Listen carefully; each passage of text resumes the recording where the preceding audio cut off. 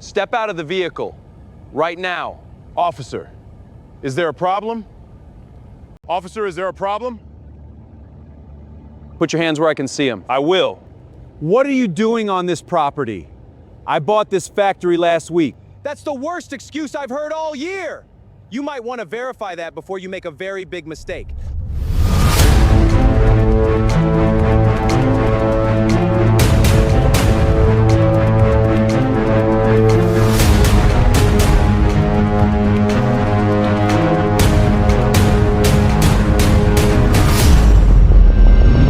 It was just after 7 o'clock on a cool Monday morning. The sun was rising over a large factory on the edge of town.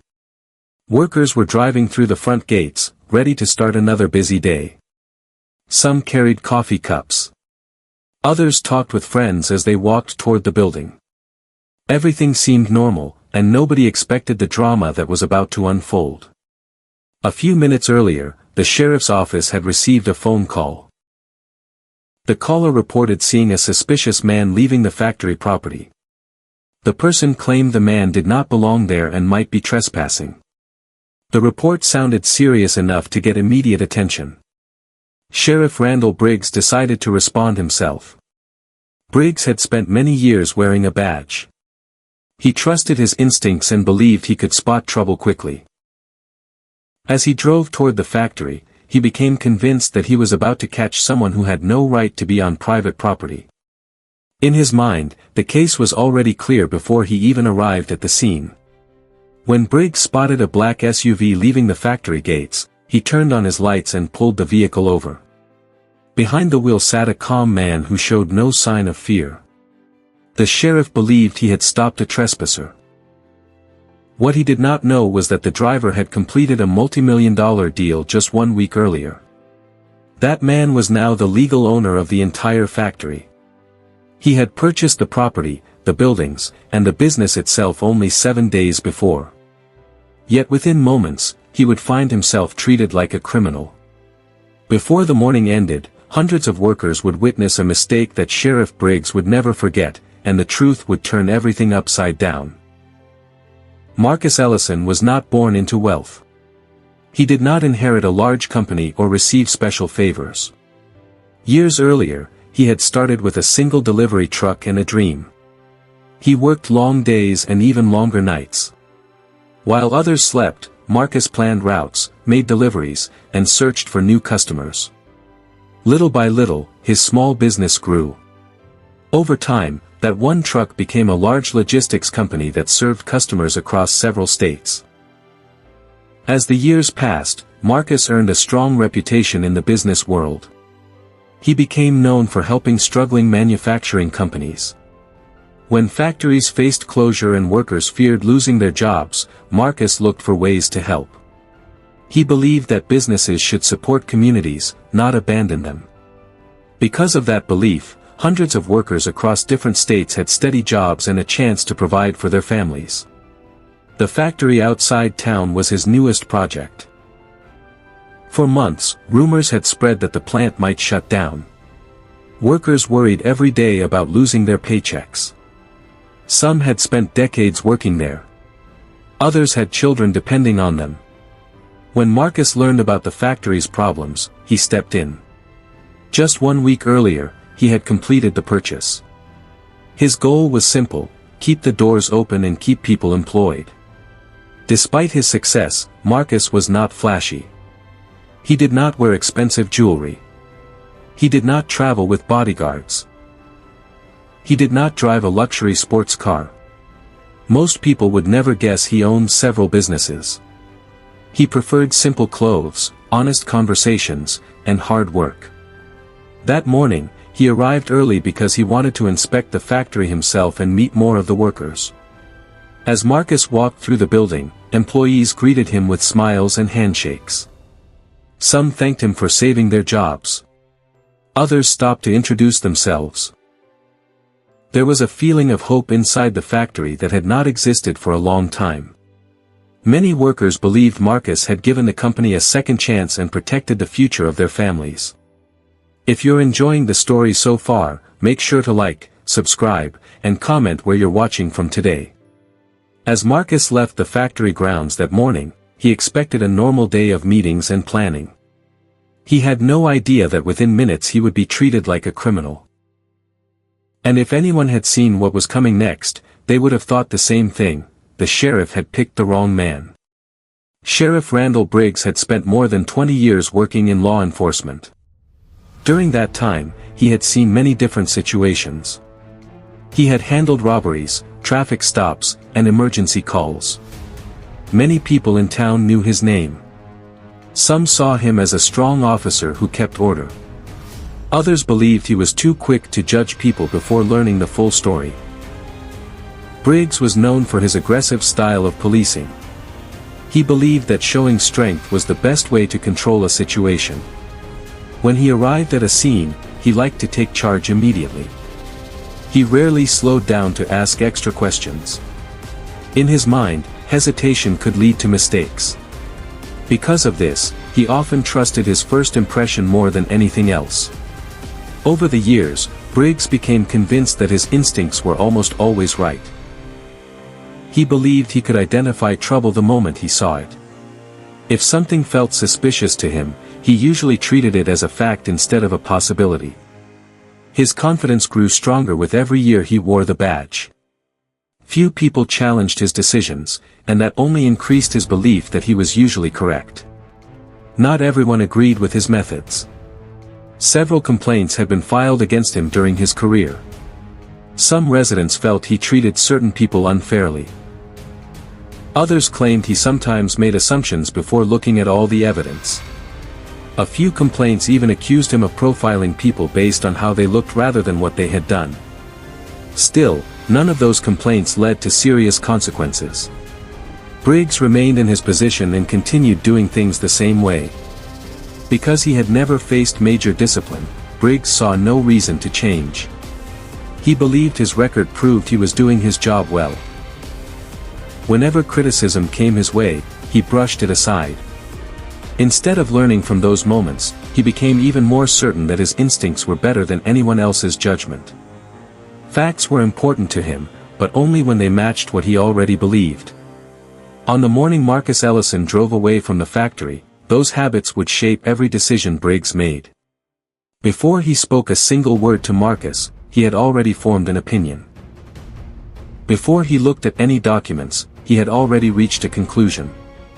And before the truth had a chance to reveal itself, Sheriff Randall Briggs was about to make the biggest mistake of his career. The call came into the sheriff's office shortly after 7 o'clock that morning. The caller sounded concerned and wanted someone to investigate right away. According to the report, a suspicious man had been seen walking around the factory property. The caller explained that the man did not look familiar and seemed out of place. They described him as a black male wearing business casual clothing and driving a vehicle they had never seen before. As soon as Sheriff Randall Briggs heard the description, he decided to respond personally. He did not call the factory to verify the information. He did not check who owned the property. He did not ask whether any new managers or business partners had recently arrived. Instead, he focused on the details he had been given. In his mind, the situation already sounded suspicious. A few minutes later, Marcus Ellison finished his visit to the factory and headed toward the front gate in his SUV. The morning had gone well. He had spoken with workers, inspected parts of the building, and discussed plans for the future. As he drove away, he expected to continue with the rest of his busy day. Then he noticed flashing lights appear in his rearview mirror. Marcus immediately slowed down and pulled to the side of the road. He did not try to leave. He did not complain. He did not argue. He simply placed the vehicle in park and waited. Sheriff Briggs stepped out of his patrol vehicle and walked toward the driver's window. His expression was serious, and his tone made it clear that he believed he was dealing with a problem. When the sheriff asked why he had been on the property, Marcus answered calmly. "My name is Marcus Ellison," he said. "I own the facility." For a moment, Briggs simply stared at him. Then he laughed. "That's funny," he replied. The sheriff did not believe a word he was hearing. Marcus remained polite. He reached for his wallet and offered his identification. He then offered documents showing that he had purchased the factory only a week earlier. He even suggested calling the plant manager to confirm everything. Any one of those steps could have cleared up the misunderstanding in minutes. But Briggs refused to look at the documents. He showed no interest in making a call. Instead, he ignored every piece of information Marcus offered, allowing his assumptions to guide him further down the wrong path. Instead of accepting Marcus's explanation, Sheriff Briggs became more aggressive. His voice grew louder, and his patience seemed to disappear. He stepped closer to the SUV and ordered Marcus to get out of the vehicle immediately. Marcus complied without hesitation. He opened the door, stepped onto the roadside, and stood calmly beside his vehicle. Even now, he believed the misunderstanding could still be cleared up. The sheriff began asking the same questions again and again. He wanted to know why Marcus had been on the factory property. Each time Marcus explained that he owned the facility, Briggs dismissed the answer. Marcus remained respectful and tried to provide details about the recent purchase. He explained that he had been meeting workers and inspecting the building. But no matter what he said, the sheriff refused to listen. As Marcus spoke, Briggs glanced inside the SUV. His eyes landed on a set of factory keys resting on the center console. Next to them were several access badges used to enter different parts of the facility. To Marcus, those items were normal tools needed to manage the property. To Briggs, they looked suspicious. Instead of seeing proof that Marcus belonged there, he assumed the keys and badges had been stolen. The situation quickly became more serious. Briggs demanded to know how Marcus had gotten the items. Marcus calmly explained that they had been given to him after the purchase was completed. Once again, he offered documents and suggested contacting factory management. Once again, the sheriff ignored him. The more Marcus tried to explain, the more convinced Briggs became that he was hiding something. Without reviewing any evidence, Briggs made his decision. He grabbed Marcus's arms and placed him in handcuffs. The cold metal cuffs locked around Marcus's wrists as passing workers slowed down to see what was happening. Many recognized Marcus immediately. Some stared in disbelief. Others exchanged worried looks as they watched the owner of the factory being treated like a criminal. Within minutes, more employees began arriving for their shifts. People stopped near the entrance and pulled out their phones. Cameras pointed toward the roadside as recordings began. The crowd grew larger with every passing moment. Briggs believed he was making a major arrest that would prove he was right. What he did not realize was that dozens of witnesses were capturing every second of a mistake that was about to become a very public disaster.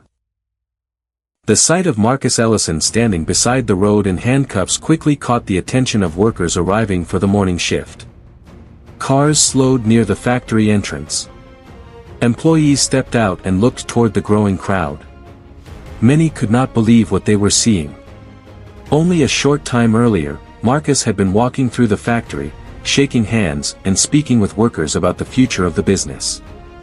As more people gathered, several employees immediately recognized him. One worker pointed toward the roadside and shouted, "That's Mr. Ellison." Another employee raised his voice and yelled, "He's the new owner."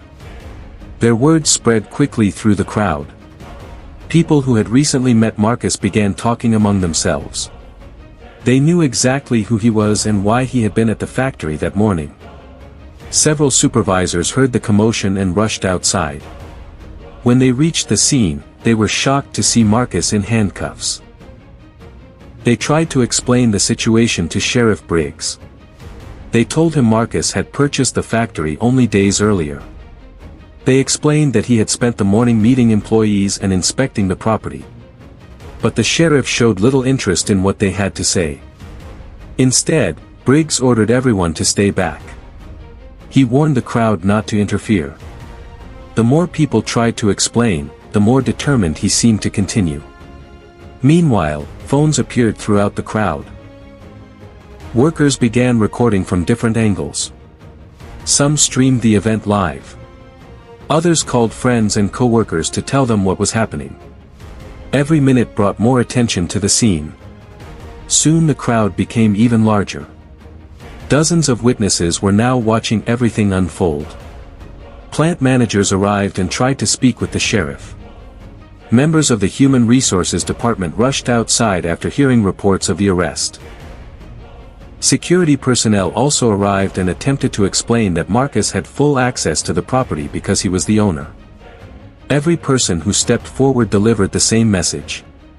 Yet Sheriff Briggs refused to listen. He dismissed the workers. He ignored the supervisors.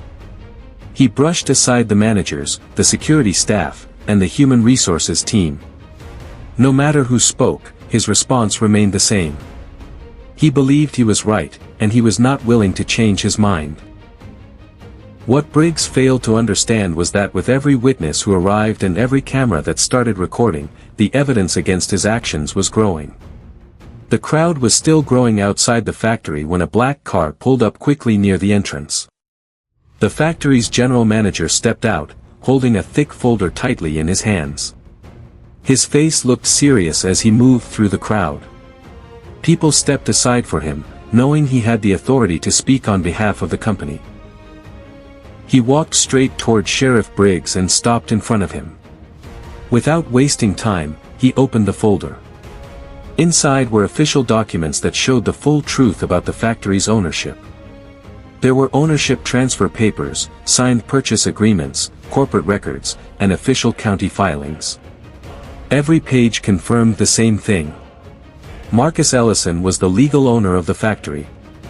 The general manager spoke in a calm but firm voice. "Sheriff, this is Marcus Ellison," he said. He pointed toward Marcus, who was still standing in handcuffs. "He purchased this factory last week. He is literally your victim here, not your suspect." His words were clear and loud enough for nearby workers to hear. The moment those words were spoken, the entire crowd became silent. Even the people recording stopped talking. It felt like the air had changed.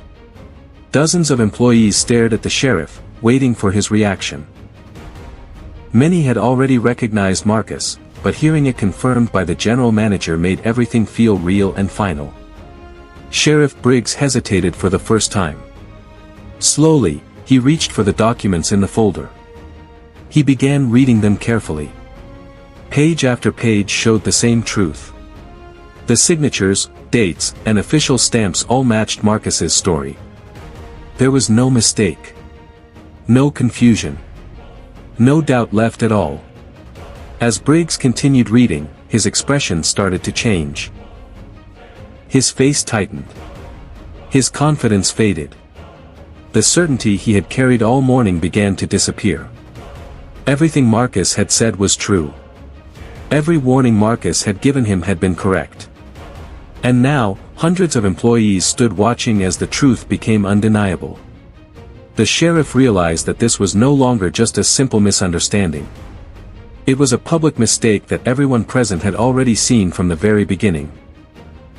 The tension outside the factory did not go away after the general manager spoke. Instead, it grew even stronger. Within minutes, more official cars arrived.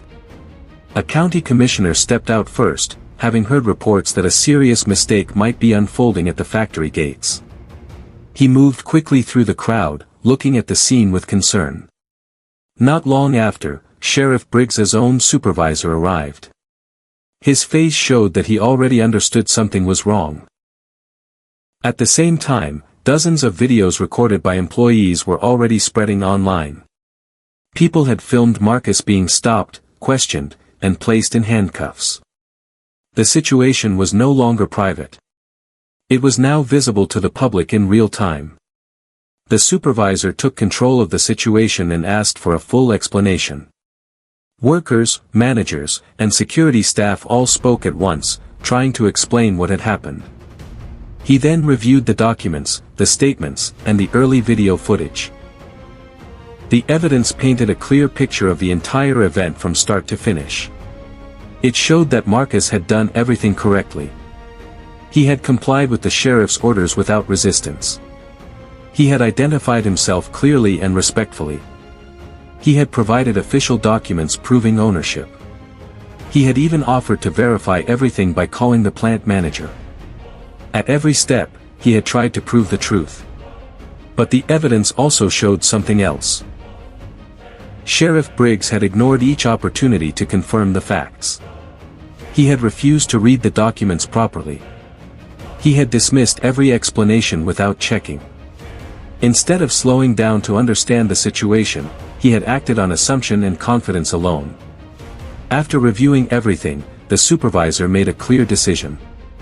He ordered that the handcuffs be removed from Marcus immediately. Officers stepped forward and unlocked them in front of the entire crowd. Marcus finally stood free again, still calm despite everything that had happened. Sheriff Briggs stood nearby, silent for the first time. As he looked around, he saw the phones recording, the witnesses watching, and the officials taking control. In that moment, he realized the situation was no longer his to manage. The authority he had relied on all morning was slipping away, and there was nothing he could do to take it back. The videos recorded outside the factory did not stay local for long. Within hours, clips of Marcus being handcuffed started spreading across social media. People shared them again and again, shocked by what they were seeing. The story quickly went viral, reaching far beyond the small town where it happened. News stations soon picked up the story. Reporters arrived in the area and began asking questions. Headlines focused on what happened at the factory gates and why a respected businessman had been treated like a suspect. The pressure on county officials began to grow as more people demanded clear answers about the sheriff's actions. Because of the public attention, an internal investigation was opened. A team of investigators was assigned to review everything that happened from the first phone call to the final release of Marcus. They collected documents, watched videos, and interviewed witnesses who had been present that morning. What they discovered painted a troubling picture. There had been previous complaints filed against Sheriff Briggs during his career. Some involved similar situations where people felt they were treated unfairly or judged too quickly. Investigators also found patterns in his decision-making, showing repeated cases where he relied on assumptions instead of proper checks and procedures. As these findings became public, community leaders began speaking out. Local organizations and business groups questioned how such an incident could happen in the first place. They demanded stronger oversight and better training for officers. County officials found themselves under heavy pressure as public trust in the system started to weaken. Within a few weeks, the consequences became unavoidable. Sheriff Briggs was suspended from duty while the investigation continued. Formal disciplinary proceedings were started against him, and his actions became the subject of public hearings. Every detail of the case was examined in front of officials and community members. For Briggs, everything he had built over 20 years began to fall apart. His reputation, his position, and his authority were all put at risk. And it was not just because of one mistake made in a single moment. It was because this one incident had revealed a deeper pattern that could no longer be ignored, showing how quickly unchecked assumptions could turn into serious consequences. After the public investigation and the hearings, Marcus Ellison decided to take legal action. He filed a lawsuit against the county for wrongful arrest and public humiliation. His legal team presented clear evidence, including videos, witness statements, and official documents that showed he had done nothing wrong. The case gained strong public attention because so many people had seen the incident happen in real time. As the case moved forward, the pressure on the county increased. Officials reviewed the evidence and the potential cost of going to trial. In the end, the county agreed to a settlement worth millions of dollars. The decision was made to avoid a long and damaging court battle. For Marcus, it was not just about money. It was about making sure what happened would never be ignored or repeated. Part of the settlement was used to help the community. Funds were set aside for local business programs that helped small companies grow and survive. Other money was directed toward workforce training initiatives, giving people new skills and better job options. New employment opportunities were also created, helping families in the area build more stable futures. At the same time, the county began making major changes. New accountability policies were introduced for law enforcement officers. Mandatory training programs were expanded so officers would be better prepared to handle similar situations. Stronger verification procedures were also put in place to make sure facts were always checked before any arrest was made. The factory itself continued operating under Marcus Ellison's leadership. Workers kept their jobs, and the business remained stable. The fear that had once surrounded the factory slowly disappeared. Hundreds of employees were able to keep working, supporting their families, and building secure lives. What started as a crisis ended with the factory becoming stronger than before. In the end, the truth was impossible to ignore. Sheriff Briggs thought he was stopping a trespasser that morning. Instead, he had handcuffed the man who had just saved an entire factory from collapse. The situation showed how dangerous it can be when assumptions are treated as facts without proof. They believed power could be used without consequences. But they did not realize they had chosen the wrong person. If you enjoyed this story, don't forget to like, subscribe, and leave a comment below. Tell us, at what moment did you realize the sheriff's assumptions were about to backfire?